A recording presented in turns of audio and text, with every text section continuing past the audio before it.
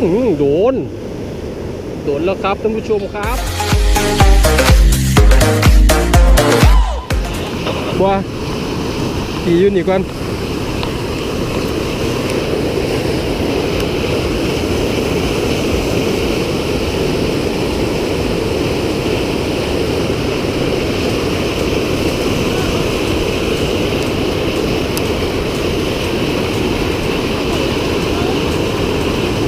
แหนล้วนๆนี่เนี่ย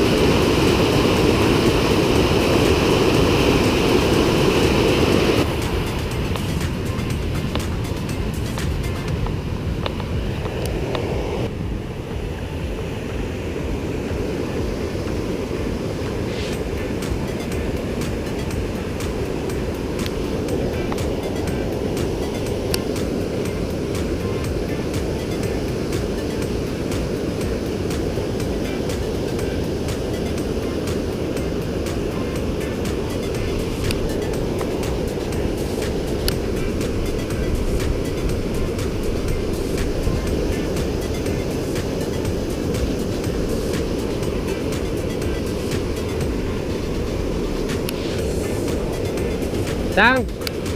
ป่ามันอยู่ข้างปูนน่ะ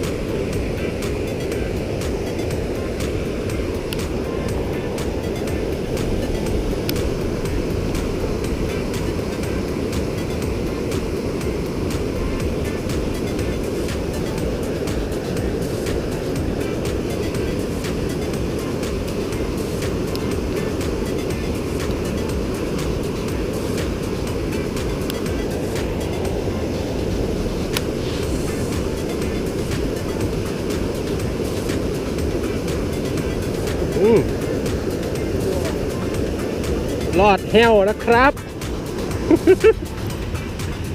เรียบน้อยๆนะครับรอดแห้วนะครับเป็ดเดียวตัวนี้ผมปล่อยนะครับ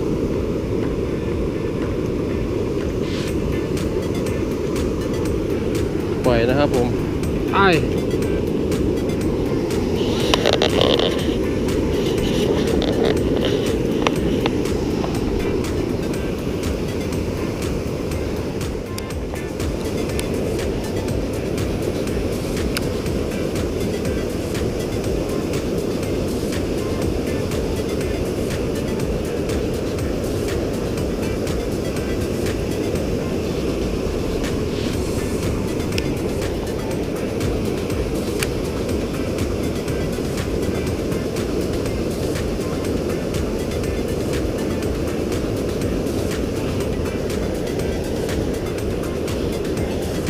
โอ้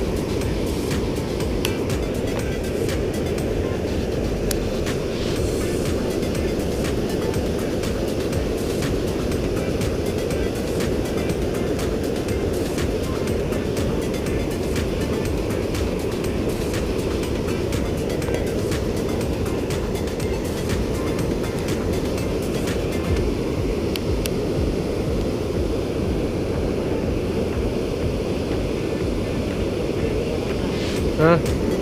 ป่าว่าไม่อันนี้เยอะนี่ โอ้มันละเก่งแท้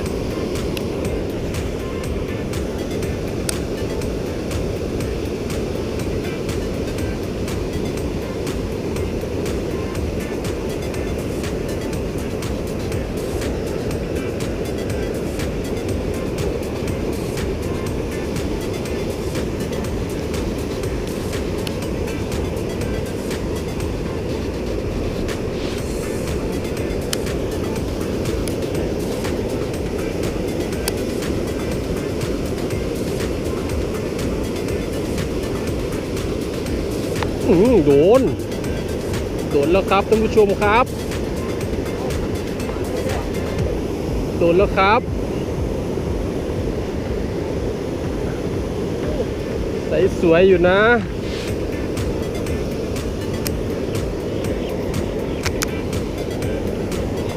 นะครับเหยื่ออะไรครับ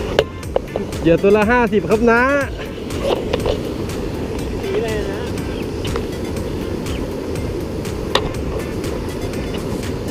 กลางหน้าเลย กัดกลางๆเลย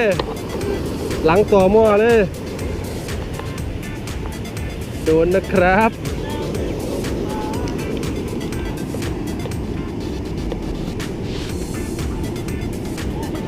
เรียบร้อยครับท่านผู้ชม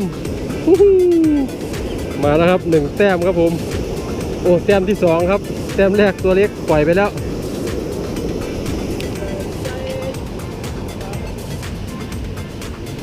มันต้องมีตัวเซ่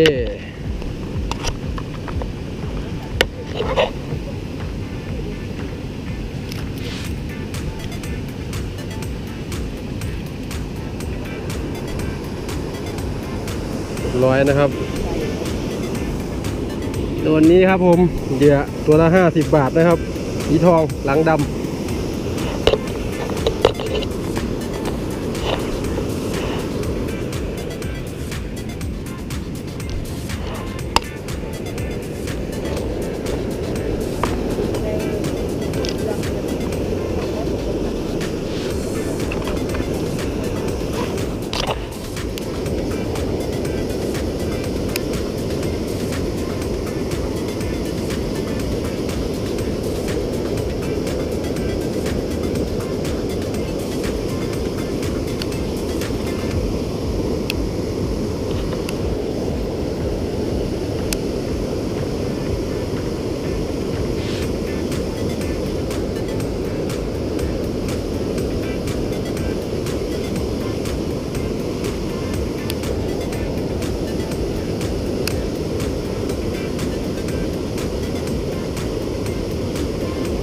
โดนป่ะพิว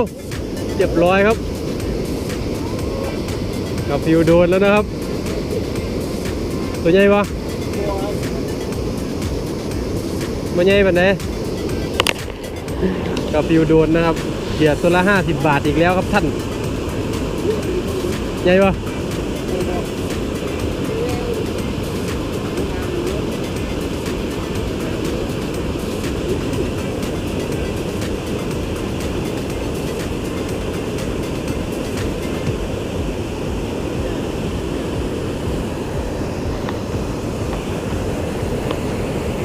พิวโดนนะครับแต่ตัวไม่ใหญ่มากนะครับประมาณ2-3 ขีดเหยื่ออะไรครับเหยื่ออะไรดูหน่อยเหยื่อจีนตัวละ50 บาทนะครับสีทองอีกแล้ว